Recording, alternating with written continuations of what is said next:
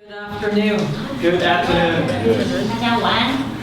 I'm delighted to be here. I have visited Taiwan many times, and I'm always pleased to return to your beautiful country. 我来过台湾好几次哦，那我每次都很期待能够再一次回来台湾。 I would first like to thank the Ministry of Education, Sports Administration, as well as the iSports 2019 Project Execution Center, and the Ministry of Health and Welfare with the Health and Promotion Branch for this invitation, and as well to Professor Jason Wang for the liaison and interactions that we have had. 那这一次我想要感谢这一次的运动爱台湾的主办单位以及体育署跟健康署的代表，能够一起帮我们协助这一次的活动。 Today, I have an agenda, as you can see on the screen. I'm going to begin by talking a little bit about Canada in general, which will be my lead-in. And then I will talk about the global status of sport, leisure, and physical activity, so around the world, what it's like. I'll move into how we spend our time on a daily basis. I'll continue and get more specific about Canada and talk about the Canadian Physical Activity Guidelines, and then move into the economic impact of increasing physical activity. And then I'll finish up by talking about various programs that Canada has instituted, such as Participation, Kids Sport, and then Sport for Life Canada. 那上面看到就是今天的议程哦。首先我会简短介绍加拿大，接下来我会再带到全球现在的针对休闲活动、身体活动以及体育上面的现况。接下来我跟大家想象平常日常是怎么样去消遣我们的时间的。那最后我会再稍微讲到，再着重在于加拿大目前的身体健康指引指南的部分，然后再讲到关于我们增加身体活动带来的经济影响有什么？那接下来最后再来就是关于我们加拿大目前在进行的3项主要的运动计划。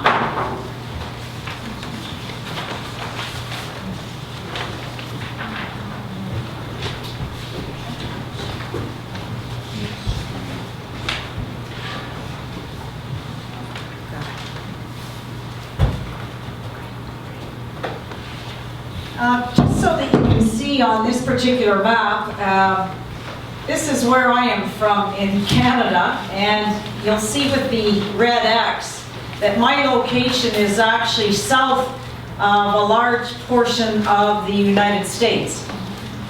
那接下来呢，你看到这个加拿大跟美国的地图哦，上面一个红色叉叉地方就是我所在的地方。那其实它所在的位置已经就是几乎是跟美国的地理位置非常的接近平行。 My university is the University of Western Ontario, but in 2012 it went through a rebranding exercise, and it's also referred to as Western University. 那我所服务的大学叫做西岸大略大学，在2012年的时候重新更名为韦士敦大学。 We have approximately 40,000 students at our university, both undergraduate and graduate, spread amongst 11 faculties. And as Professor Wang had indicated, I'm involved in the School of Kinesiology and Associate Dean in the Faculty of Health Sciences.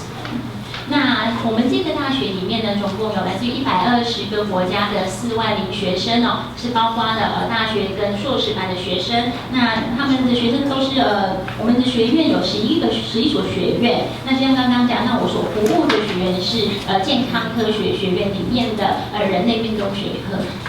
And why I'm showing this map of the world is just to give you an idea. Your island of Taiwan is surrounded obviously by water, and if you look at Canada, you'll see that we have water on the east the north and the west side, and then of course we've got the United States south of us. 那这个是世界地图，那我们知道台湾四面环海，那至于加拿大的部分呢，其实是三面环海哦，就是西部、北部跟东部都是环海的，那南面的话是濒临美国。Because geography plays a big role in the type of physical activity, recreation, and sport that people participate in a country. 那因为之所以会介绍地理，主要是因为地理其实都跟一个国家他们所从事的休闲活动、身体活动以及运动息息相关。And these are just some images of Canada. Some of you may recognize if you've ever visited there, but most people do remember that we hosted the 2010 Winter Olympic Games, and that was in Whistler and Vancouver. And you'll see a picture of Niagara Falls down here. The beaver is our national symbol. Maple syrup that comes from the maple tree, and this is the very famous Rocky Mountain area in Western Canada, and the Canadian Royal Canadian Mounted Police. 那这边是代表加拿大指标性的象征。那左边的话，左上角的话是加拿大的警察哦。那左下角是尼加拉瓜瀑布。那右下角这边是代表加拿大的熊。那右下角是加拿大出名的枫叶跟枫糖。那中间的话是加拿大里面的落基山区。And if you look at the size comparison of Taiwan and Canada, obviously we're a very large country geographically. So we're the second largest country in the world in terms of land mass, but not population. Our population is actually quite small, 37 million people. Taiwan, I believe, is 25 million people.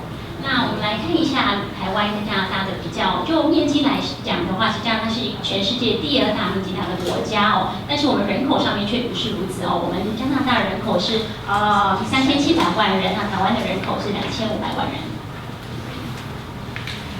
And again, we're surrounded by a lot of water on the three sides, so bordered by 3 oceans. We have 10 provinces and 3 territories. 那这边是关于加拿大的简介，我们3面临海，另外呢，我们总共有10个省份以及3个特区。Most of the people in Canada live in cities. 大部分的加拿大人都居住在城市里面。And you'll note as well that we're bordered with the United States, so there's a great influence between Canada and the United States. 那我们南部的话是跟美国交界。We have 2 official languages. English is the most widely spoken, but we do have French that is in the province of Quebec and out in the Atlantic Maritime provinces. 那我们的官方语言有2大语言，第一个是英语哦，但大部分全部是英语。那接下来第2大的官方语言是法语，主要是在魁北克省，主要是讲法语。Ottawa is our capital city, and I only point that out now because of one of my next slides, but it's located here. 那我们的首都是渥太华，那是在这边右下角的部分。Some more images. When I ask people, what do you think about in terms of sport, recreation, and physical activity when you hear the word Canada? And most people would talk about winter sports because they think we have so much snow, but we actually have four seasons: winter, spring, summer, and fall. But we do, of course, have lots of winter activities. 那我每次问到大家说他们可以想到加拿大的主要的休闲活动、运动以及身体活动是什么呢？大家给我答案都是跟冬季运动相关的哦。但是其实呢，加拿大是有春夏秋冬4季的，所以我们也有夏天做的活动。Can anybody tell me what Canada's national sport is? The winter, the official winter sport. 那大家知道加拿大的国家冬季运动是什么吗？官方冬季运动。Ice hockey. Yes. Well, that's a fairly easy one. Now, the next one, if you haven't looked already at your notes, so ice hockey. 所以是没错，冰上曲棍球。But Canada's national summer sport. Without looking at your notes. 那就是这样看笔记，大家猜得出来，就是加拿大夏季的运动是什么吗？国家夏季运动。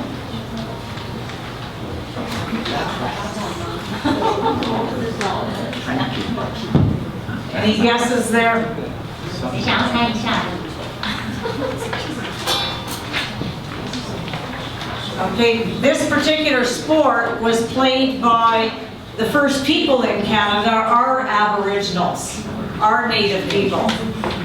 Any idea? 这个运动一开始是由加拿大的原住民所创办出来的运动，大家猜得出来吗？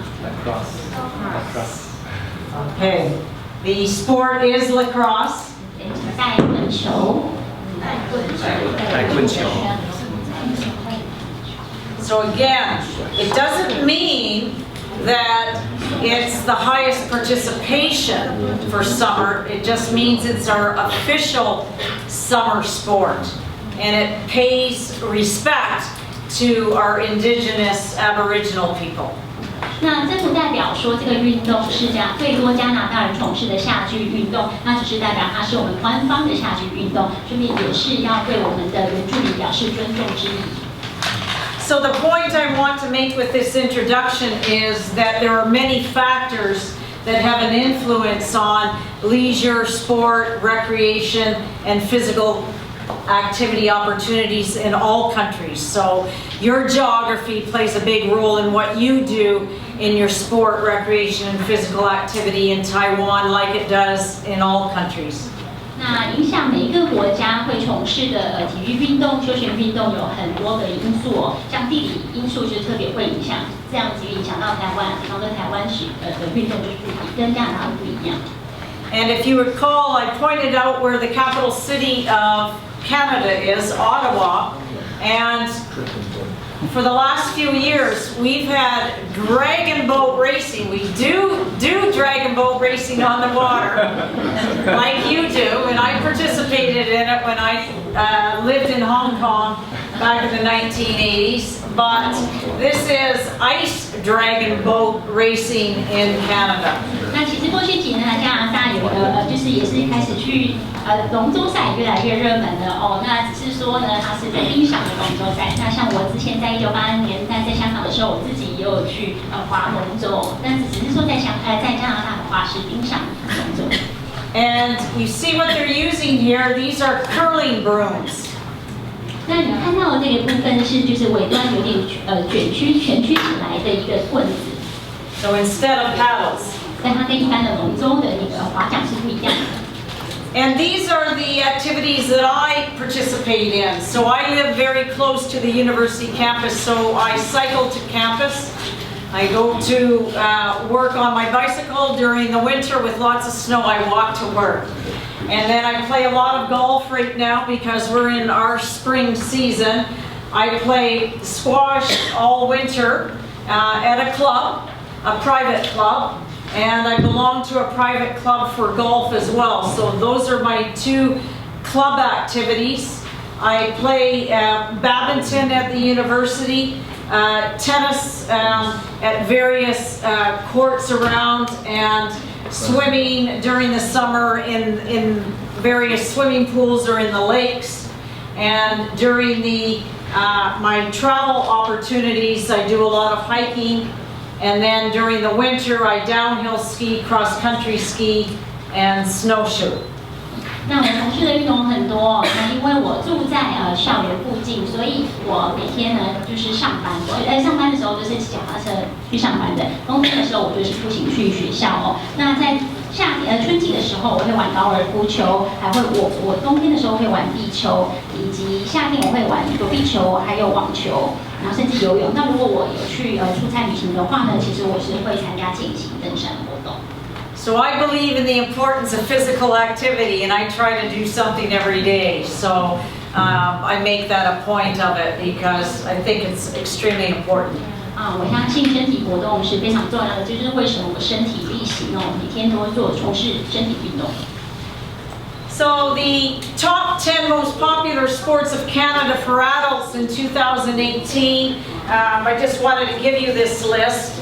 It's not for children, but you'll notice we've got ice hockey up there, we've got lacrosse and soccer, baseball. Cricket has become a lot more popular because we have more immigrants moving to Canada. So Canada is very multicultural. 那我们这边列出来是2018年到2019年加拿大10大成年人的热门运动哦。第一名是冰上曲棍球，接下来是带棍球、足球、板球，第五名是棒球，然后第五名是板球。那之所以板球现在越来越热门，是因为我们有越来越多的移民移到加拿大。那可以想知道，加拿大是一个非常多元化的一个国家。For children, the most popular participant sport is soccer. 那最多孩子从事的运动是足球。So around the world, there's been a huge increase in the sport industry, in the size of it, because there are so many opportunities now to participate and to watch. 那全球在这个运动产业这个现象不断的大幅增加，主要是因为现在有越来越多人可以有参与的机会，还有观看运动的机会。But the size of the sport industry varies from country to country. 但每一个国家它们这种产业的规模都不一。For example, the Australian culture values sport more than it does in our country of Canada. 那就是像在澳洲就比加拿大更重视运动文化。And this table just shows you the global sports market from 2005 to 2017 in billion US dollars. And the only point to really take from this is the huge increase from 2005 to 2017, almost double. 这边想给大家看一下，是2005年到2017年全球运动市场的规模。你可以明显的看出来，从2015年到2017年，那个规模已经几乎是增加了1倍了。And you'll see an increase as well in the global sports apparel or clothing market. 接下来你会看到全球运动服饰市场的增长。And the sporting goods companies ranked by worldwide revenue. Now these are statistics from 2015, and you'll see Nike and Adidas up at the top. 接下来这个图是2015年的运动商品公司他们全球营收的排行，第一名当然是 Nike， 第二名就是 Adidas。So of course, this would change from country to country depending on what the popular sport, recreation, and physical activity is. Countries that have a lot of soccer, obviously Puma's going to be very popular, as is Adidas, so it changes. 那这样子的图表也是要看每个国家他们最热门的身体活动的运动是什么。So there's all sorts of statistics that are out there, and you can find statistics all the time on the internet. But the statistics vary depending on who does the data collection, such as, is it the World Health Organization? Is it the Organization for Economic Development and Cooperation? And how they interpret these words of leisure, sport, recreation, physical activity, and exercise. 我们现在网络上可以收集到非常多的研究统计资料，但是这些统计资料也都是要依这些收集的单位而异啊。可能它有些是世界卫生组织所收集的，那有些可能是经济合作及发展组织所收集的，还或者是政府学术单位所收集的。当然，这些收集的单位他们自己对这些收集的数据的诠释方式也不一样。Now, leisure, I'm not going to read through all of these definitions, but essentially it's activity that is not for pay, and it includes cultural activities. 休闲的定义，简单来讲，就是你不是为了有薪工作或者是学习而做的一个活动哦。那常常是涉及到文化，你可能就是从事是文化相关的活动。And then we've got sport and recreation, and sport obviously involves competition between two or more participants, but recreation can have competition, of course, but the motivation for recreation is slightly different. It could be for health, it could be for social interaction, it could be for physical fitness, those sorts of things. 那接下来是竞技活动跟娱乐性质的活动哦。竞技活动主要是以2人或2人以上以做竞争为目的的竞技活动哦。那至于在娱乐性质的活动的运动的部分，他们动机就稍微不一样，他们可能是为了健康、为了健身，或是为了为了社交，或者是为了要让身体变得更好。And then we have physical activity versus exercise. So obviously with physical activity, it's more of a physiological aspect of moving the body around. Exercise is some sort of a planned activity. 那接下来是身体活动跟健身之间的差异哦。那身体活动主要是比较就是身体动作上面的动作，那健身主要是你有规划式的，用规划式的方式去进行的一个活动。And around the world, we have this problem with obesity, and it's such a worldwide problem that in the English language, this new word has come up. Of globesity, so global and obesity. 那我们肥胖问题已经成为一个全球性的问题了，所以我们有在英文有把它简称叫做 globesity， 那把就是全球跟运动，全球跟肥胖这两个字就是整合连在一起就变 globesity， 意思就是指全球肥胖的意思。So we not only have a problem with obesity, but we have a problem with too much sitting and sedentary behavior and lack of physical activity. 那不只有现在有肥胖问题，另外我们也花太多时间从事静态活动，就是久坐不站起来。And we have that problem in part due to technology. People are spending so much time looking at the screens and computers, and they're driving cars instead of getting out there and walking or using a bicycle or some other form of transportation. 那之所以会有这样子的问题，主要是拜科技知识哦。那大家现在花越来越多时间盯着荧幕用三 C 产品，或者是他们使用开车当作代步工具，而不去走路或者是骑脚踏车。So according to the World Health Organization, just 2 years ago, 2017, around the world, about a third of adults were not active enough back in 2010. So that's not a very good statistic. 那根据我们世界卫生组织在2017年所公布的数据显示，在2010年的时候，全球大概有1/3的成年人他们的身体活动量不足。And this is the way it is with adolescents or youth as well as young children. 在青少年、青年人或者是孩童里面也有这样子的现象。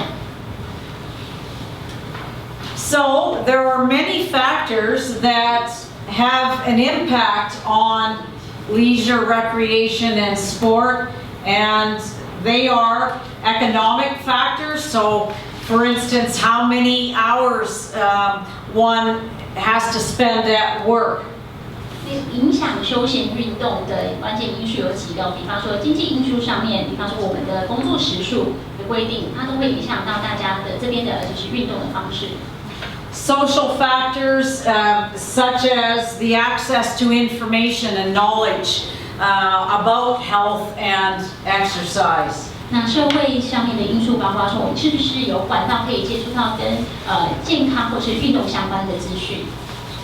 Cultural beliefs about sport, technological, I've already mentioned that about computers and screen time. the environment. If you look at your city of Taipei and the city of Toronto and the big cities around the world, there's often lack of space for physical activity. I see that you have many parks and you have community recreation centers and those sorts of facilities that are being built, which is really important to get people active. 那文化因素有，比方说个人的信仰跟价值观啊，像科技因素的话，就是刚刚讲像是网络的普及等等。那像环境的因素也有差，比方说在全世界各大都市里面都没有足够可以进行身体活动的空间。那我看到在台湾有很多的公园，还有甚至像相关的像是运动中心，这对于发展身体活动运动都有非常重要的影响。And I'm aware from some of my other Taiwanese colleagues that cycling, there's a very strong effort to build the infrastructure for cycling around Taiwan. 那就我在台北的台湾同事跟我讲说，其实现在台湾政府就是积极的在建立一些就是基础建设来适合让自行车、单车使用者来使用。But obviously, in some countries, it's unfortunate if there are wars going on, that obviously has an impact on leisure and sport. 那有些国家他们可能目前有战争发生了，这影响到他们是否能够进行身体活动及运动。So just some of the shifts over time in leisure, it's not always now outside of the home. Lots of leisure activity is taking place in the home, games on the computer, iSports, those sorts of things, all related to technology. But in one aspect, that's not good because that's sedentary and there's not that physical movement. 那我们接下来要讲到休闲行为，休闲的行为变迁哦。现在休闲不见得就一直都是户外的一个活动，那我们现在也看到越来越多所谓的室内的休闲。那比方说我们现在看到电子竞技运动非常的盛行哦，但是这其实并不是很好，因为它等于就是助长这种久坐行为的现象。And we've got lots of new sports that are growing. I've just put a couple of them up there, the stand-up paddling. We've got mixed martial arts that has a huge global interest. Those sorts of things, UFC. 那我们也看到，就是一种新式的活动、新式运动的快速增长。比方说，我们有一个左边是 stand-up paddling， 就是所谓战式的划桨；那右边是还有所谓的就是混合式的武术。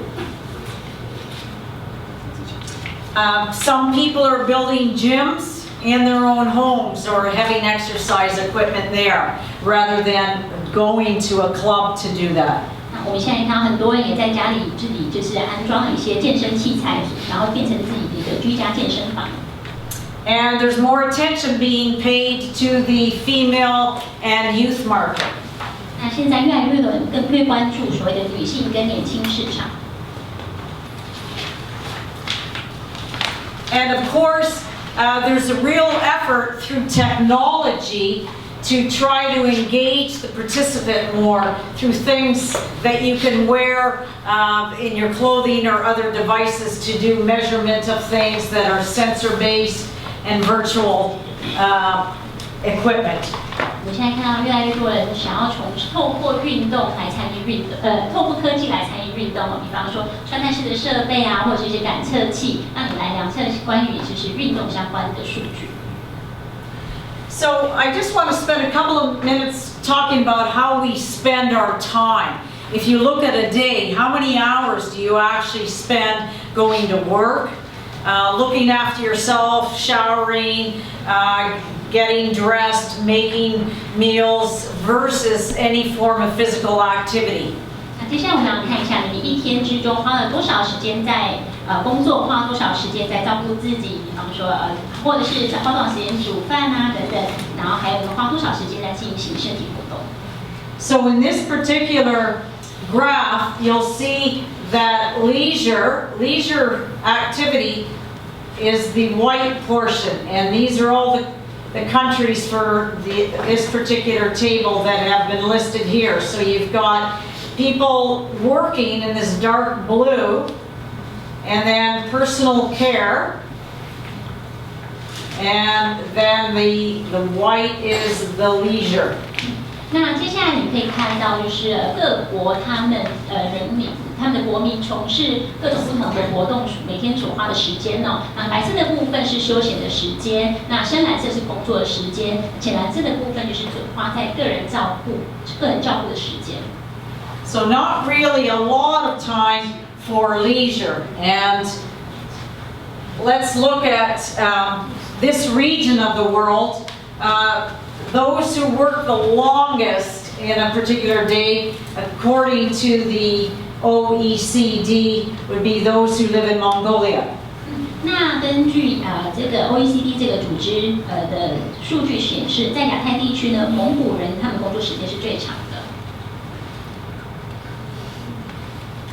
And those who have the most free time to do things would be those from Cambodia.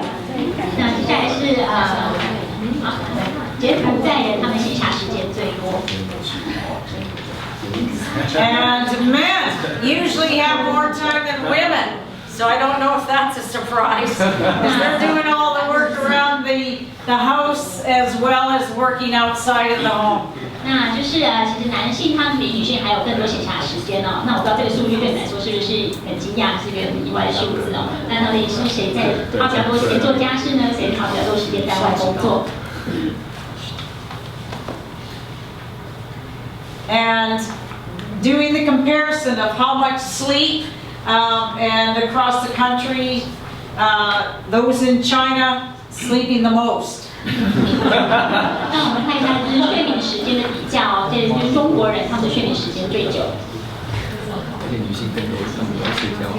And those who have the longest leisure time would be in Kazakhstan. 那哈萨克人的休闲时间最长。 Now, older adults have more leisure and personal care time, so that's probably not surprising because they're retired. 那年纪越大，就越有休闲或是个人照顾的时间。那其实也不意外，因为他们已经退休了，所以闲暇时间就比较多。 So I just want you to spend a minute thinking about how much time you actually devote in a given day to physical activity. 那现在让你们花时间自己想一下，你们一天愿意花多少时间从事身体活动？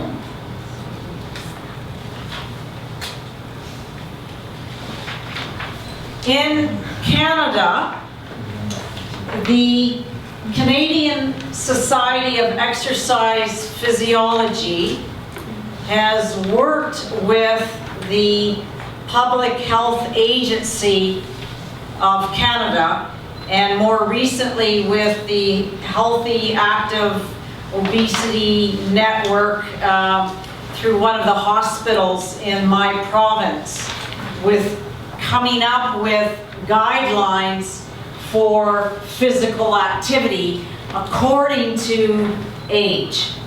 那就是在加拿大运动协会就跟我们的公共健康组织以及医院一起针对就是肥胖的问题，然后想出了一个所谓的加拿大身体活动指南，啊，这是按照年龄去列出来的一个指南。 So this is a good example where we have researchers working with the public healthcare researchers to come up with these guidelines. And this particular slide shows the early years from birth to 4 years old.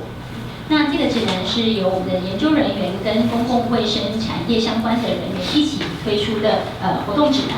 那上这一页主要是讲针对从出生到4岁之间，他们应该怎么样去进行身体活动。 So it's just talking about the number of minutes, and it's according to age. So let's just move on to the next age bracket. Those children who are 5 to 11 years, the recommendation is 60 minutes of, at least 60 minutes of moderate to vigorous intensity daily physical activity. 像这一页主要是针对5到11岁的孩童，我们的指南建议是指说呢，每天至少要从事60分钟中度至强度的身体活动。Now, the Canadian Physical Activity Guidelines provide suggestions also for what those activities can be. So I'm just giving you some of the information, but you can find this on the internet, and it gives all sorts of examples of types of activities. 那这个指南它在网络上也有相关的讯息，你可以去找，它有提供建议说，他们可以从事的运动跟身体活动种类是什么，所以如果有兴趣知道的话，可以上网查。And then moving to the age of most of us here, 18 to 64, should participate in at least 150 minutes of moderate to vigorous intensity of aerobic physical activity per week. 那这个呢，接下来是18到64岁年龄层的运动指南，也就是适合在座我们大部分所有人的一个指南。那它是指出每周我们至少要从事150分钟中度至强度的有氧运动。Now that's talking about aerobic physical activity, but it's also important to do strengthening activities at least 2 days a week. 那刚刚讲的是有氧运动，但是我们每周至少也要2次从事会运用到我们的肌肉群，然后增强我们的肌肉量的活动。And then we get into older adults, and it's 150 minutes. 那至于就是比较年长的成人的话呢，他们一个礼拜建议量是要从事150分钟中度的活动，中度至强度活动。So for the most part around the world, people are living longer, so the older demographic is becoming larger, and more attention has to be paid to older adults. 那因为我们现在老龄人口越来越多，所以我们必须要更关注他们的身体活动现象。Now, what I'd like to also share with you are the findings of this particular study that was done in Canada on the economic impact of decreased physical inactivity and sedentary behavior, because of course we want to get people moving more. 接下来我想跟大家分享一个在加拿大进行的研究，它是研究针对如果我们减少身体活动不足的话，或者是减少久坐行为的话，它可以带来的经济效益跟影响有什么？ So, for anyone interested in reading this whole report, I can give you the particulars on it, but I just want to point out a couple of things about it. And the first is only 15% of Canadian adults get the recommended number of minutes per week, so that's not good.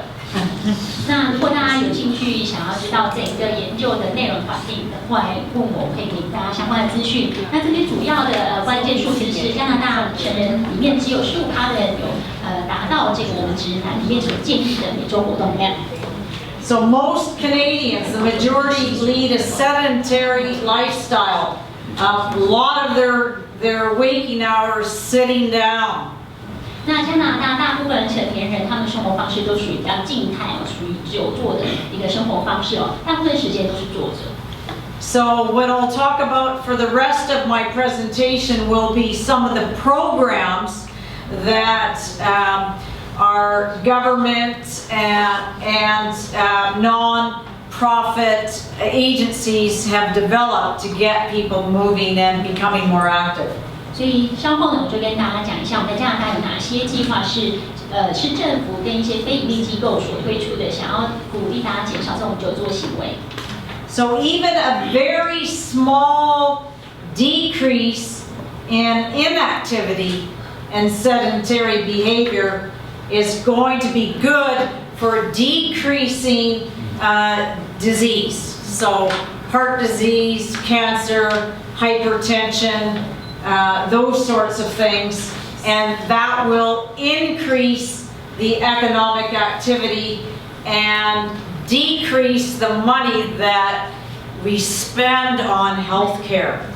那即便你可能只有稍微维度的去减少你这种久坐的行为的话，它其实对于健康是非常有好处的可以减少心脏病等等还有慢性疾病的发生。那这样子也会促进经济，而且也可以降低我们在医疗照顾上面的开销。So this particular table shows Canadian adults during waking hours, during the day, and how many hours they are actually sedentary, so not moving. They could be sitting at work, doing light activity, and then doing moderate to vigorous activity. And remember, the Canadian physical activity guidelines that I showed you said how many minutes per week you should do. And this is average time in hours. So in a day, you've got, for instance, males 18 to 39 years old are spending almost 10 hours not moving. 那还记得刚刚讲说加拿大疾病有提到我们建议的每周该从事的身体活动的时数吗？跟分钟数吗？那这边可以看到是加拿大成年人在2007到2011年之间，他们每一天花多少时间在于坐着不动，或者是从事轻量的活动，或者是中度到强劲的活动。那可以看到就是18到39岁的男性，他们一天几乎有花10分钟时间就是坐着不动。So only 10小时，对不起。Only spending 30 minutes with moderate to vigorous activity. 所以他们一天只有花大概30分钟时间进行中度至强度的活动。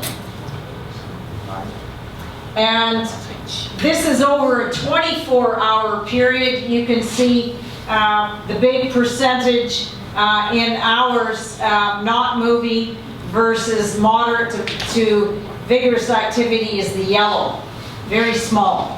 那你这边看到是用图表方式来呈现哦，你看到就是大部分就是花很多，就是大部分时间都是在做着不动，那只有黄色部分就是非常小的百分比是花在所谓中度跟强度的活动。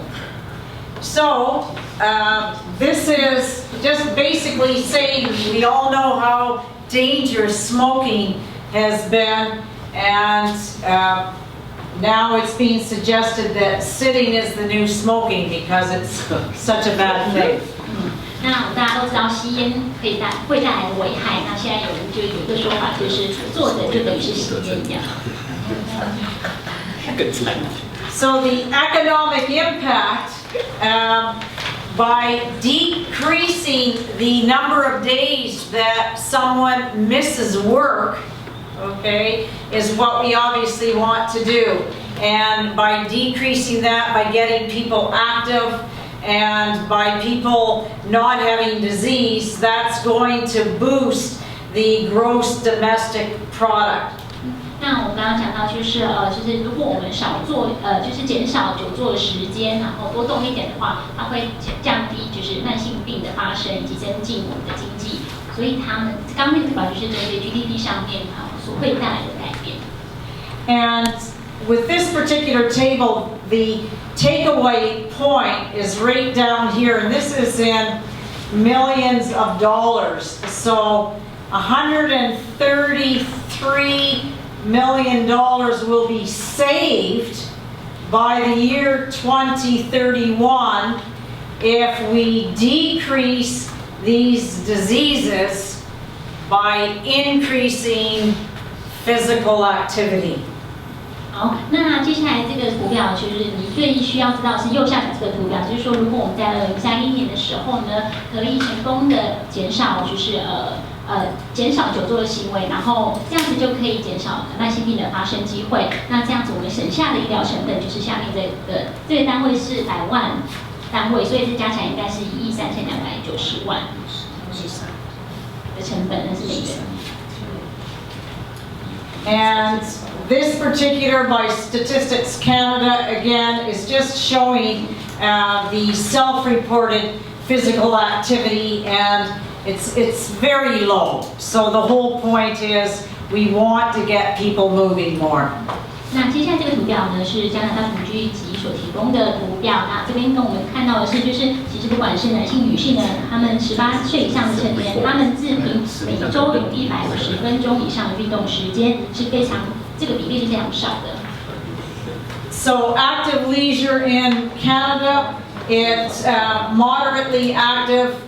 It hasn't changed much over many years, and we obviously want to make a change in that. 那在加拿大主动式休闲的部分，大部分都是从事中度休闲中度生理活动的部分。那过去几年来，这个现象其实没有太大的改变。那我们也想要试图把这个现象改掉。And the percentage of physically active or moderately active in leisure time by age group. So it's just showing here that the 12 to 19-year-olds are the highest. 那这边呢，你可以看到12岁到19岁的这个年龄层是加拿大里面就是最常从事中度跟强度运动的年龄层。And as well, the changes from 1992 to 2010, there's been some increases, and this just compares according to sports like cycling, outdoor activities, other sports like playing baseball, basketball, volleyball, doing exercise versus walking and jogging, and then the last is all activities. 那这个图表你可以看到是从1992年到2010年之间哦，加拿大人从事各种不同活动的时间的比例变化。So you do see that we've got more of a change in exercise, doing things, working out at a gym, exercising at home in a home gym. 那你可以看到比较明显的变化是 exercise 这个健身的部分哦。那比较多人现在开始慢慢的去健身房运动，或者是在家自己做健身。And just talking about total free time, what people are doing, so much watching TV and working on the computer. 那这边是大家看到，就是大家拥有的是闲暇时间啊，而且看到他们就是很多时间都花在看电视或者是看电脑。And some of the activities that Canadians participate in, you've got men to the left and women to the right. So walking, gardening, bicycling, social dancing, ice skating, etc. 那这边是看到是加拿大男性、女性在过去12个月里来要从事的各种不同活动的人口占比。左边的数字是男性，右边的数字是女性。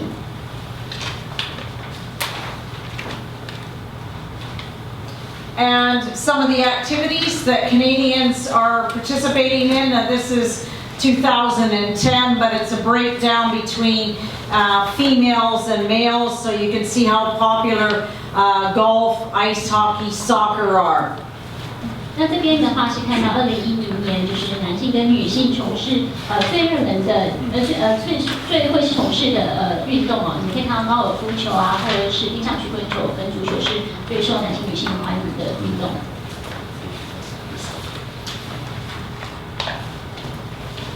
And obviously, this is pretty global. The higher the education, the more active people are because they understand the importance. 那其实全球普遍一个现象就是呢，你教育程度越高，你越会去健身，因为你了解到这个健身的重要性。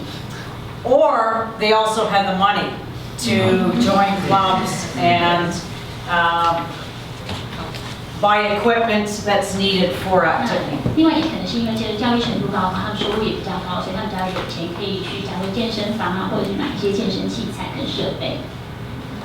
And this just points to it as well that the higher the earnings, household earnings, the sport participation increases. 这边给的数字，我们可以理解到说，就是当我们家庭收入越高的时候呢，你的从事运动的比例越高。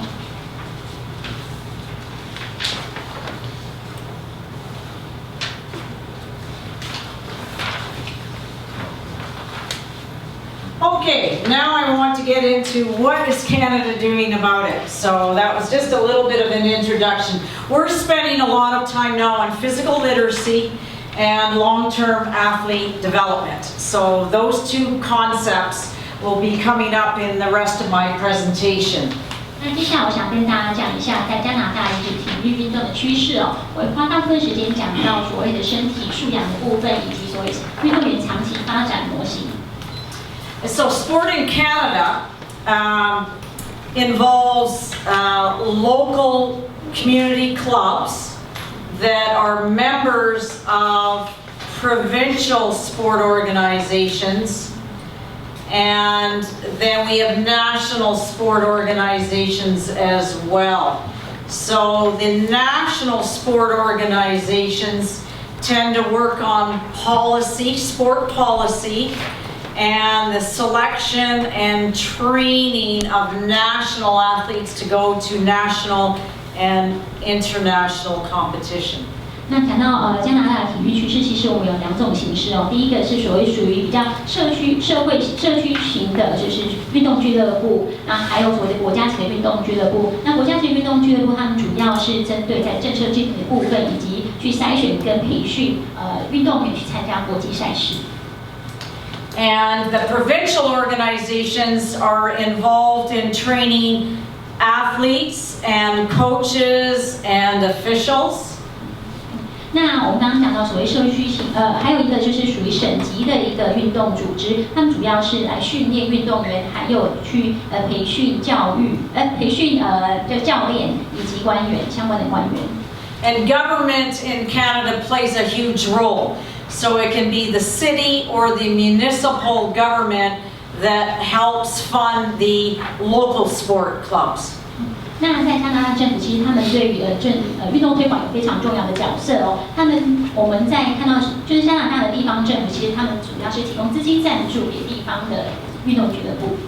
And then provincial and territorial governments provide money for the provincial and territorial sport organizations. 那在于就是省级或者是所谓特区级的政府，他们就是提供资金给这些省级的运动组织。And it's the federal or national government that provides funding for the national sport organizations and the multi-sport or service organizations like the Coaching Association of Canada, the Canadian Association for the Advancement of Women in Sport. Those are examples. 那至于联邦政府才是提供资金给这种国家级的运动组织，他们主要也是提供资金给他们去做教练培训的部分。So this particular organization is called Participation. So not participation, but Participation. And it started in 1971 when it was saying that a 30-year-old Swede or a 30-year-old Canadian was not as fit as a 60-year-old Swedish person. 那接下来想跟大家讲的一个加拿大组织叫做 Participation， 它有点意思叫做参与行动组织哦。它是1971年成立至今的。那它主要一个非常有名的一个就是宣传的一个概念，就是说一个30岁的加拿大人，他其实都不如一个60岁的瑞典人。And this particular organization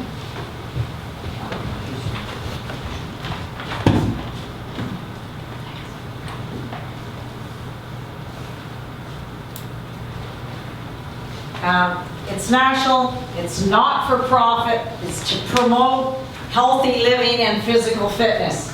那这一个组织，它是一个全国性的鼎立组织哦，它的主旨是在促进健康生活及增进体能。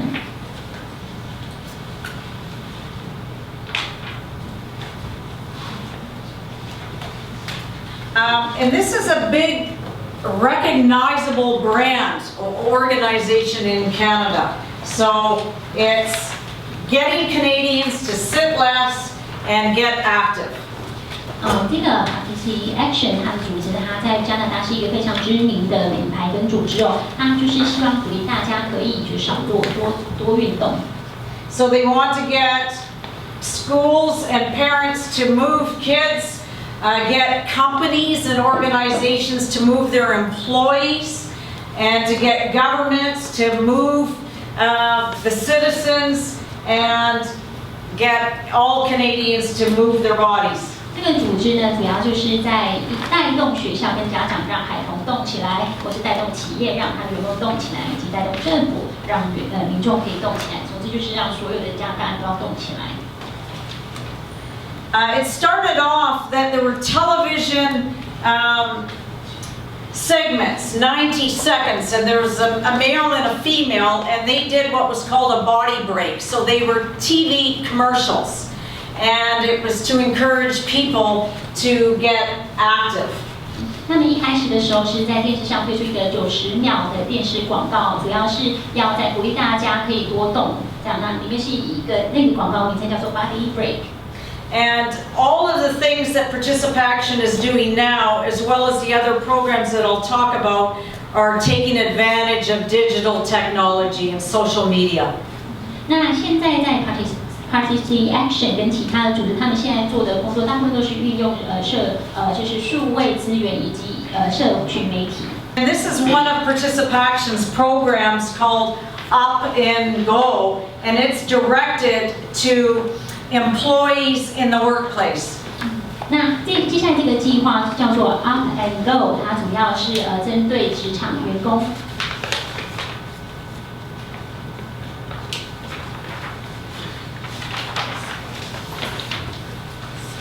And it's just a program that organizations can apply to be part of, and it's to get their employees more active. 那这样的计划其实就是在各个公司啊、企业都可以去申请哦。他们这个计划可以协助公司可以让他们的职员多起来，少做多动。So they use digital technology. So a digital platform. There are themes that are used, and it's to get all employees at work sitting less and active during breaks and their lunch hours and interacting in different ways. 那这个计划呢，他们运用了数位科技哦，推出了数位平台，每个月有各种不同的主题哦，重点就是要鼓励就是职员员工们可以少做，然后多动，利用休息时间或是午休的时间多动。So the goals are small. So 73% of sitting, moving that goal to decreasing the amount of sitting. 那它的目标其实就是像现在看到的右边的部分哦，它目标是希望可以把75%，就是目前现况是有75%的员工都是坐着的，希望把这个人数降低到3%。Are stand-up desks popular in Taiwan? In the workplace? 大家知道台湾是不是流行站着工作这样子 So they're very popular at our university. The desk, you can raise it up so you can stand and work, or you can lower it so you can sit down. So do you have those in your offices? 不晓得在台湾大学有这样子吗？就是他的那个办公桌可以自动升，就是可以升降，对，把剩下可以站着工作。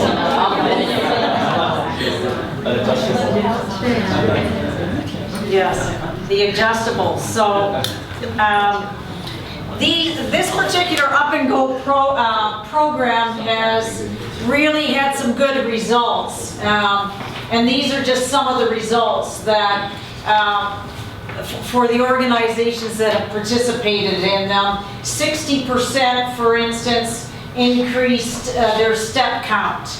2 hours decrease in reported daily sedentary time, those sorts of things.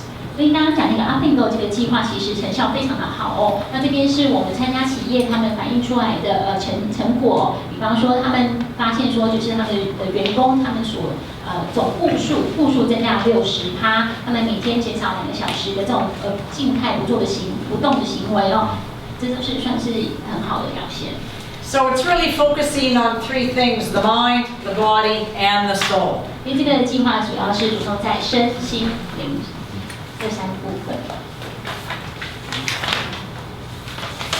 And this particular program outlines the benefits and the guidelines that I've already spoken about. 那这个的话是我们刚刚有提到，像加拿大指引，加拿大身体活动指引。And relates back to the Canadian Physical Activity Guidelines. 也就是我们要讲的是身体活动指引相关的内容。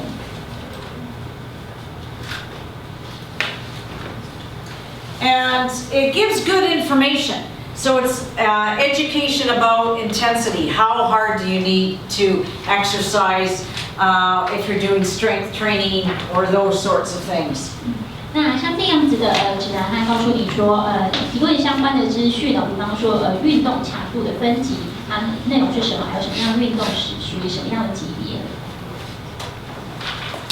So the proven benefits are laid out for everyone about health and well-being, strengthening muscles and bones, etc. 那样子呢，有提供告诉大家，就是做每天每周达到这样子建议的活动，这样的话会有什么样子的好处 Okay, so I just want to hopefully play these videos. 接下来我想给大家播放一个影片。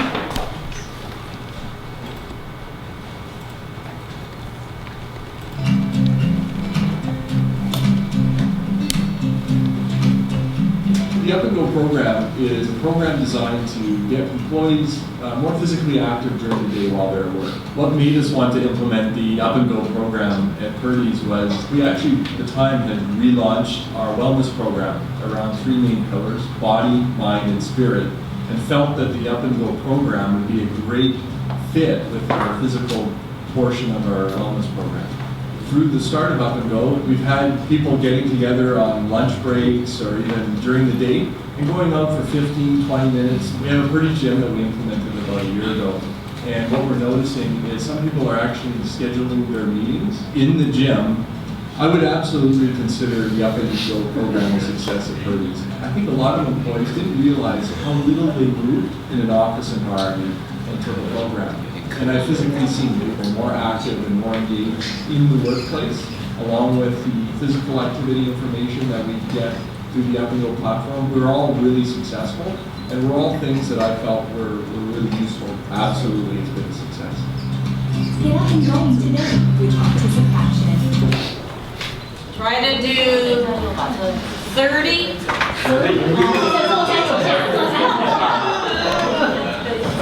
这个有没有？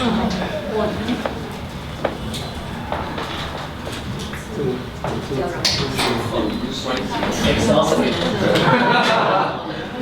I will pass the discussion session. Okay, next one, you've got to get in your chair. 然后下一个，Just get away from everyone. 坐在椅子上。 Okay?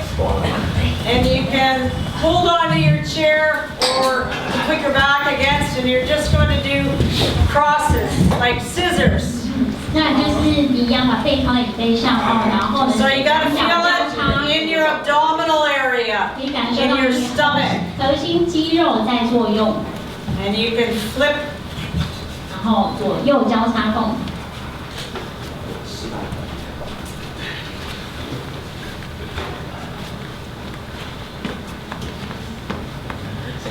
Okay, now you're standing up. 接下来请站起来， So you got to crouch down, and you're 然后我 going 们要 to 做深蹲， jump up 然后 and 再往 arms 上跳， behind. So 先 down, 蹲下来， up 再往上跳。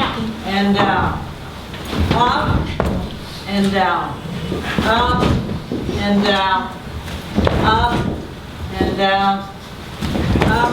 Okay, so marching to get the, 接下来是跨步， or you can 或是可以 run if you want 加 to 速 do that.，变成是有点小跑步的感觉。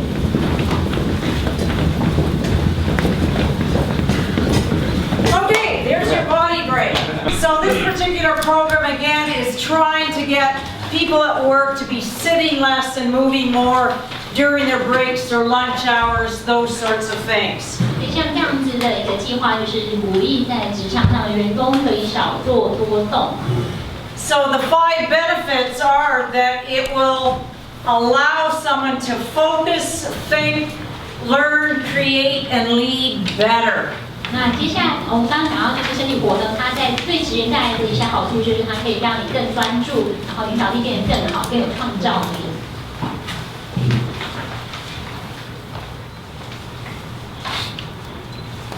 So an organization can get their questions answered from the Up and Go group.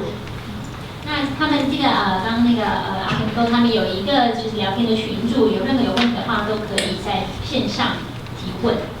And this is just talking about human resource professionals. If they're going to try to construct a program for their employees, they have to pay attention to these sorts of things. 那接下来是人资专家，他们针对说，如果他们要为他们员工进行就是筹办一个相关的身体健康的计划的话，有什么要注意的条件？ So, for example, some sort of online digital tracking so that people can see how they're improving individually. 比方说，有一个很关键就是，他们希望这个计划能够提供所谓线上数位追踪的功能，可以让他们去追踪他们每天做身体活动带来的一些数据。And another example is having some sort of a reward or incentive system. 另外，他们也希望这个计划能够提供诱因跟奖励。All right, so that's one program as part of participation. But in November 2016, a report card came out that had examined children's physical activity in 38 countries. And where Canada stood was not very good, and it scored near the bottom. 那2016年11月的时候 ，Participation Action 它其实呢有针对全球38个国家的孩童的身体活动量进行一个研究。那报告成绩出来了，发现说加拿大的孩童其实他们的运动量就是在全世界都是排名几乎是垫底的。So specifically, only 9% of children in Canada get the recommended 60 minutes of activity per day. 加拿大只有9%的一个孩童呢，他们每天有做到这个指南所建议的每天60分钟的活动量。Now, many people often use cold winters as an excuse that people are inside and so they can't be physically active, but that, of course, is not a good excuse. 很多人都说冬天实在太冷，不想出门，想待在家，当做是一个不运动的借口。那这样子其实不是很好。So as a result of that report card, which was not good, when it was released to the public in 2016, then in 2017 it was the 150th anniversary of Canada. And as part of that anniversary, the participation created what's called the 150 playlist. 那当那个报告是2016年的时候试出来给就是公众于世的哦，那时候看到那个表现不是很好，所以2017年的时候正值加拿大150周年国庆哦，所以当时呢 Pacific Action 这个组织呢，他们就推出一个叫做玩乐清单150这样子的内容。And the 150 list contained activities that Canadians could be physically active in. 那像玩乐清单150，它提供了一些加拿大人可以进行身体活动的一些事情的活动的建议。And anyone participating could sign up and keep track of the activities digitally. 那登记注册的人呢，他们就可以用数位的方式去追踪他们从事活动的表现。So these are the most popular activities on the 150 list, and I just took one province, the province where I live, Ontario, and then I took one of the 3 territories, the Northwest Territories, and you'll see that the lists are different because the Northwest Territories is in the extreme north of Canada where it's much colder and the winters are longer. 那我这边列出来，左边是西北特区的，就是在玩乐清单1的里面所最受大家欢迎的活动。那右边是安大略省，就是我所在的一个省份哦。那我之所以你们会看到就是西北特区的他们热门的活动呢，其实非常的不一样啊，主要是因为它会在加拿大更北部的地方，他们冬天更长更冷。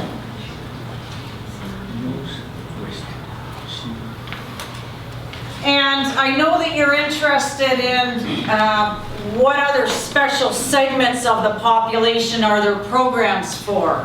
And this particular one was directed at teenagers, and it went on for 10 years. It started in 2007 and obviously ended in 2017. and it was to try to get teenagers more active, and it was a program that Participation put on, and it was called the Teen Challenge. 那我知道你们针对于其他的特定族群的人口，他们的身体活动这样子相关的提升的计划非常有兴趣，所以这边我们看到的是一个叫做Teen Challenge， 就是针对从2007年到2017年推出的一个为期10年的青少年身体活动计划。So it was very successful. The thing that I don't like about it, though, is that the major sponsor was Coca-Cola. 那它这个计划非常成功，但是我不太满意的地方，其实就是它的赞助商是可口可乐公司。But those who did participate, they did increase their physical activity, and the important thing is, can you keep it going? So it's not just doing it for a period of time, it's then becoming sustainable and continuing it. 那就是参加的人呢，参加跟挑战的人，他们都表示其实他们的身体活动量增加哦。但是呢，重点是这样子的这样子的现象能不能够持续变成一个永续的一个活动跟习惯呢？不希望它只是维持一段时间而已。And this particular program is called Build Your Best Day, and it's directed at trying to get people to be creative and children in what they can do to be active, to think about things. So again, it's done digitally, and there's all sorts of activities that are options, and a child has to check off the ones that they think would get them active. 那这个接下来的计划叫做Build Your Best Day， 打造最充实的一天哦。它是针对孩童而设计的，希望可以鼓励孩童可以发挥想象力，去想说有什么活动可以让他变得更活跃，更多的活动量哦。它是透过数位平台，孩子可以上去这个数位平台里面去勾选他们想要参加的身体活动。And the important thing to note about this is that it was created by a collaboration of the Canadian Centre for, or the Canadian Society for Exercise Physiology. So we've got the researchers there, the Public Health Agency of Canada. 那这个是加拿大运动社区社会中心以及所谓的加拿大公共卫生中心一起联合推出的计划。And then this is a learn to play program that's getting to the whole idea of physical literacy. 那接下来这个活动计划叫做 Learn to Play 学习玩乐，它主要是要推广身体素质的重要性。And this particular program called Community Better Challenge is going on right now. It started at the beginning of May and it ends in the middle of June. And it's a competition amongst various communities across the country. 那接下来这个正在进行的计划叫做 Community Better， 它是2019年5月开始推出的计划，然后维持到6月中。这个是一个就是跨社区的竞赛的计划。So what it does is it's a contest between communities across the country. 所以这个呢，就是在加拿大社区间的一个竞赛活动。And each day, you can check the website and see where your particular community is ranking compared to other communities. And it's all done because people are logging on with an app. 那这个呢，就是让参加的人他们可以每天上网去看一下他所属的社区，跟其他的社区比较起来，它的排行是在哪一个位置哦。然后透过 APP 去看这个数据。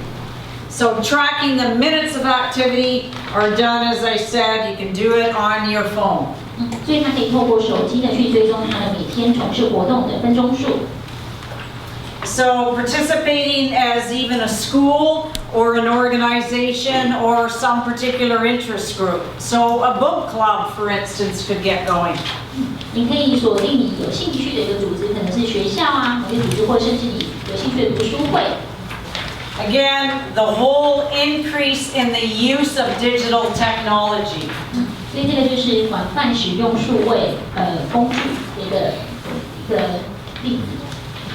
So this is just showing that there are 2 teams of organizers, and they're going across the country and getting the communities motivated. 这个就是有2个组织，他们就是到加拿大各地呢，去鼓励社区可以更活跃生活，做更多的社区活动。So participation has a 5-year strategic plan that takes it to 2020. 那Participation 这个组织，他们有一个5年的策略计划哦，从2015年到2020年。And obviously trying to get Canadians into this quadrant of being physically active and not sedentary. 那他目标就是希望鼓励加拿大人可以变得是有一个理想的健康状态，也就是身体多活动，然后没有久坐的静态行为。Okay, and another program is directed at children, and it's called Kids Sports, so all kids can play. So there are a couple of programs going on in Canada now. This one is providing financial resources for children who may not have the capacity. 那接下来一个针对孩童推出的一个计划叫做 Kids Sport， 它是提供就是资金赞助给那些没有资金能力的孩子去从事运动。So there are various chapters across the country in each province, and then there are even community-based ones within the provinces and territories. 那这个 Kids Sport 它在加拿大有非常多的分会哦，有些是省级的，有些甚至是省级之下社区级的一个分会。And it was started in 1993, and we've got nearly 1 million children who have benefited from this particular program. 这个计划是1993年成立至今哦，那几乎有将近100万的孩童因为这样子的计划而受到好处哦。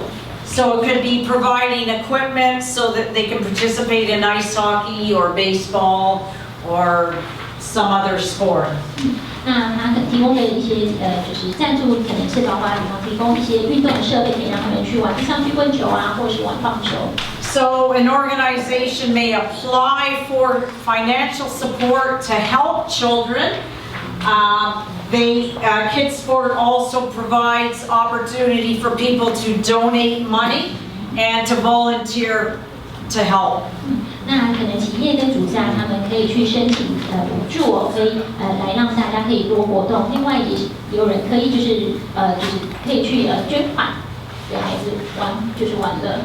So this is good. In 2018, the campaign raised over 216,000 Canadian dollars.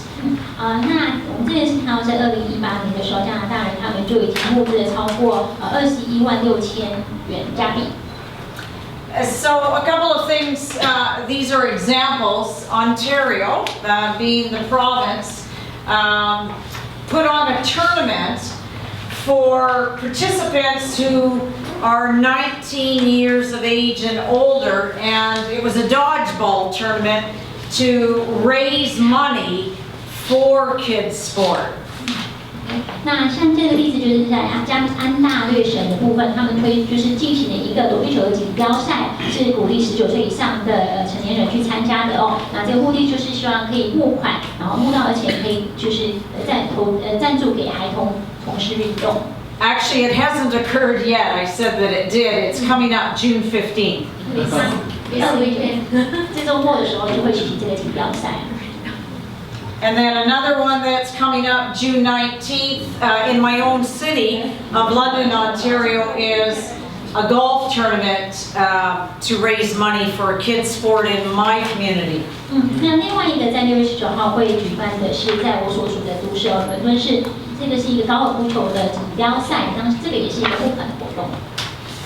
So I had mentioned earlier about physical literacy and long-term athlete development, and I'm just going to end my presentation talking about Canadian Sport for Life, which is a movement that has been going on for many years to get Canadians active, to improve sport quality and physical activity. 那接下来我会花时间讲加拿大的体育运动趋势哦，包括身体素养以及运动员长期发展模型哦。那我会想提到一个运动叫做Canadian Sport for Life， 也是加拿大终身运动的这样子的运动。它就是目标就是要鼓励加拿大人可以从事有品质的运动以及增进身体活动量。And that is by getting all the stakeholders involved with the same goal. 这个Sport for Life 它运动的目标就是希望可以让所有的利益关系人可以为了同一个目标而努力。Now we have a society, the Sport for Life Society is located in Victoria, British Columbia. So the city of Victoria is on Vancouver Island. And Sport for Life is a non-profit organization, and it's directed at providing quality sport and physical literacy development. 那这个 Sport for Life 运动，它是由 Sport for Life 协会这个非营利的机构所推动的哈。那这个组织协会，它是位在温哥华州的维多利亚市，它目标就是希望可以推广高品质运动跟身体素质的重要性。And it has experts working for it who can help educate people across the country with programs and workshops and webinars. 那这个组织呢，它有各种专家所组成的，他们的目标就是透过就是比方说研讨会啊，或者一些计划来教导民众。And this particular just shows the timing. It started in 2014, and it's focusing on primarily quality sport and physical literacy. 那这边是Sport for Life 这个学会的历史沿革哦，它2014年成立的。那它也这边告诉你说，它的重点是放在推广高品质运动以及身体素养的重要性。Long-term athlete development stages. Okay, so here we're taking the whole concept of being physically active through the various lifestyle stages. So it's a pathway system from very young age to older ages. 所以接下来讲的这个运动员长期发展计划，它就是用一个人他的生命周期这个观点去看，在各个生命周期需要从事什么样子的运动，才可以让你终身运动有一个活跃的这种生活。And it's actually a framework that is constructed around age categories. 那这样子的一个框架呢，它是针对不同的年龄层去设计不同年龄层该有什么样子的活动。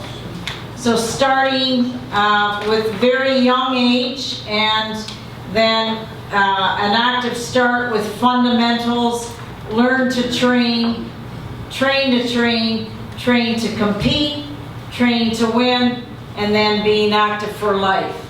所以它是从非常小的年纪开始去设计这样子的模型哦。那比方说从0到6岁这种非常幼小的年龄，到基础阶段，还有到学习练习阶段，还有为训练而训练阶段，为竞赛而训练，或是为赢而训练，最后到一个终身运动的一个目标。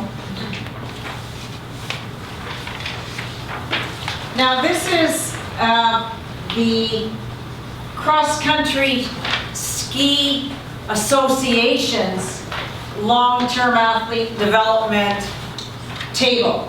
So it's showing what the stage is of what I've just told you about, the active start to the active for life, the ages, and who's responsible.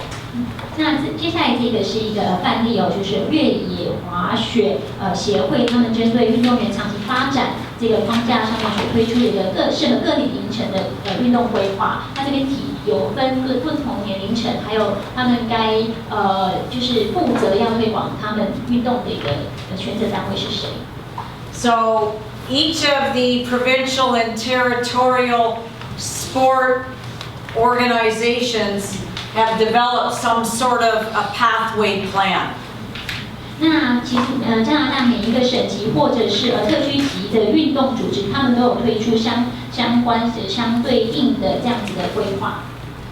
And they revolve around these 10 factors. I'm not going to read them all, but they are very integral or important to the long-term athlete development. 那其实这个框架的10大关键因素就在上面，那我就不多说，但是它就是跟所谓的长期运动发展有相当重要的关联。For example, number 4 is that children grow at different rates. 那像第4点，比方说就是发展年龄，其实孩童他们成长速度都不一样。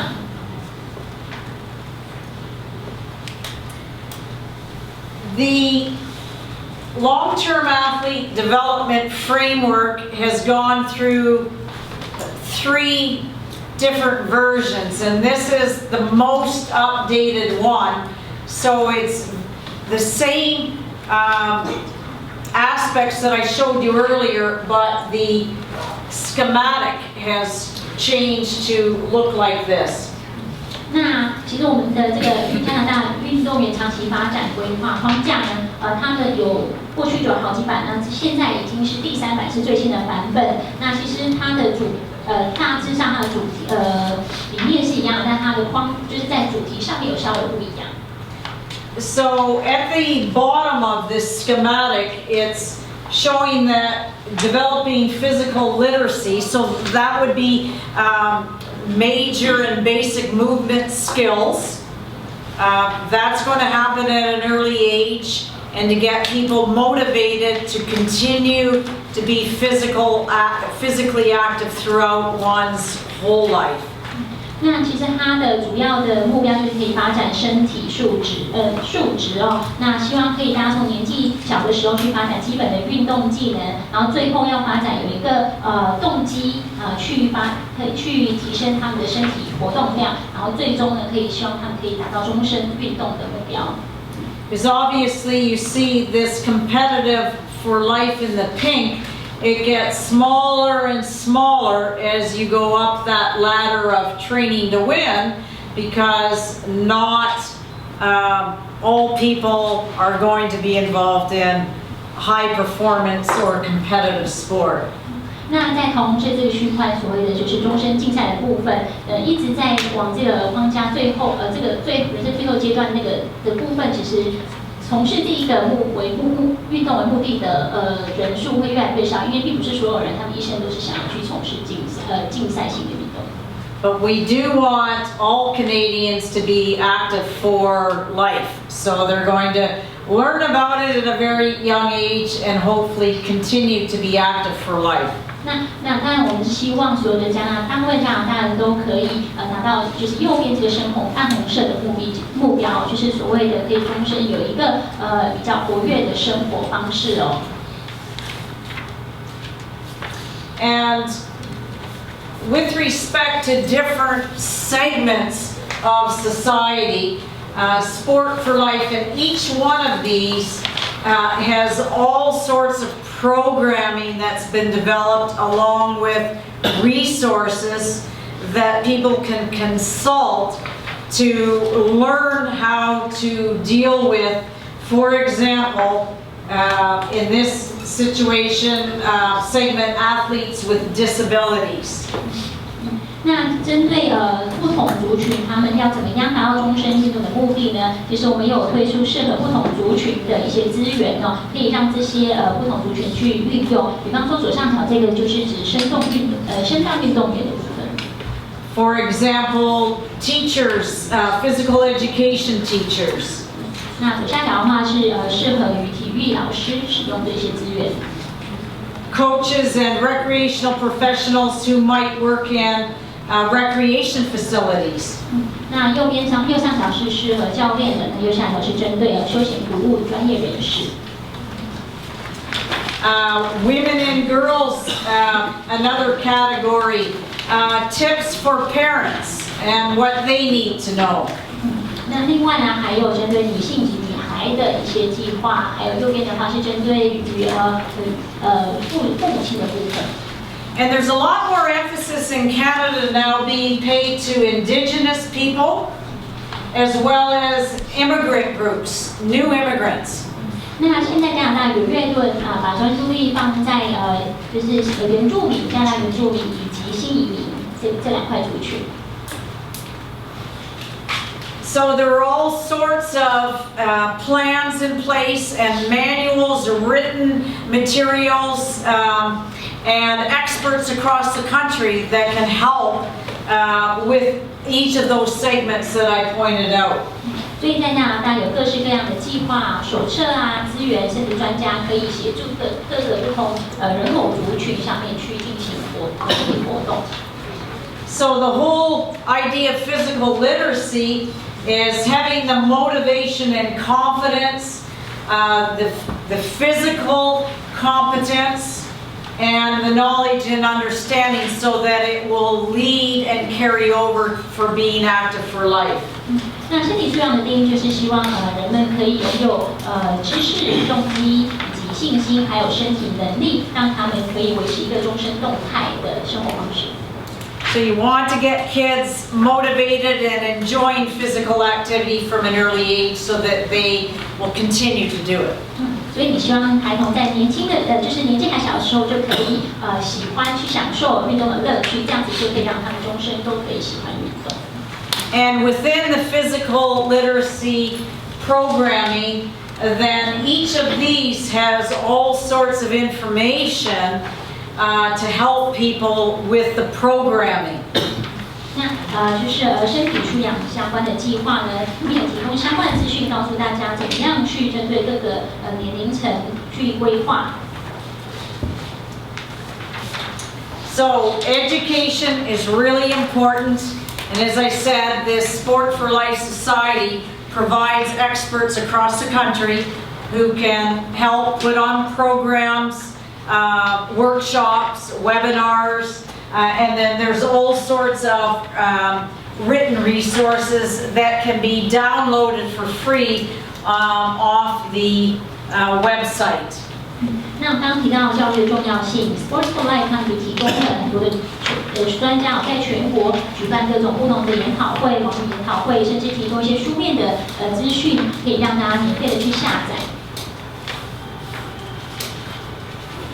And these are just some examples off of the website, some of the resources, and each one of these can be downloaded for free. 那接下来这边是看到一些可以从网络上面免费下载的资源。So, for example, the Aboriginal one right here is for Indigenous people and getting them more active.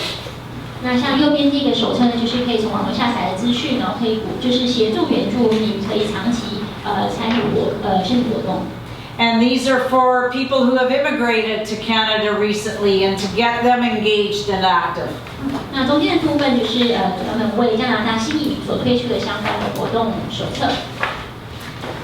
And then here we've got those who might have some sort of a disability. 那中间的这个资讯呢，是针对于有一些身体障碍的人士所推出的。As I said, there's been new versions of this framework, and it's now been changed as of 2018-19 to long-term development in sport and physical activity. So it used to be long-term athlete development.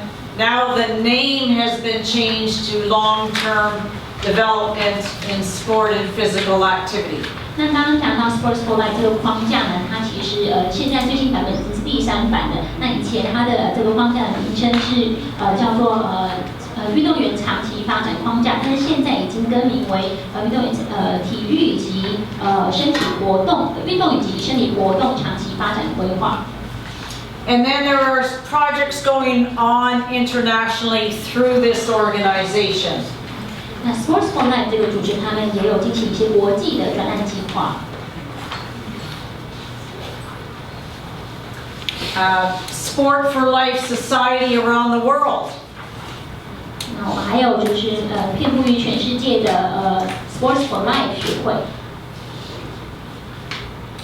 And then conferences. So in Winnipeg, Manitoba, Canada, just last month, there was the International Physical Literacy Conference. 那讲到研讨会啊，我们在上个月5月的时候，就在加拿大温尼伊博士举办2019年国际身体素养研讨会。And coming up in Europe in September in Sweden will be the International Physical Literacy Conference Europe. 那在今年9月的时候，我们会在瑞典会有一场叫做2019年欧洲国际身体素养研讨会。And in Montreal, the World Long-Term Athlete Development Symposium was held in 2018. 我们在2018年的时候，在加拿大蒙特罗举办2018年运动员长期发展世界研讨会。And the Sport for Life Canadian Summit is coming up in Quebec in the year 2020. 那2020年的时候，我们会在魁北克省举办加拿大终身运动高峰会。So I would invite you to come to that. 当然，我诚挚的邀请你们去参加这次研讨会。So I think just with ending by showing you that there are these opportunities to learn and educate yourselves as to what people are doing with respect to physical literacy and sport for life. There are these conferences around the world. 所以刚刚的结尾就是让大家跟大家分享一些我们在全世界有举办一些关于身体素材以及终身运动的研讨会，让你可以有机会去学习、去了解相关资讯。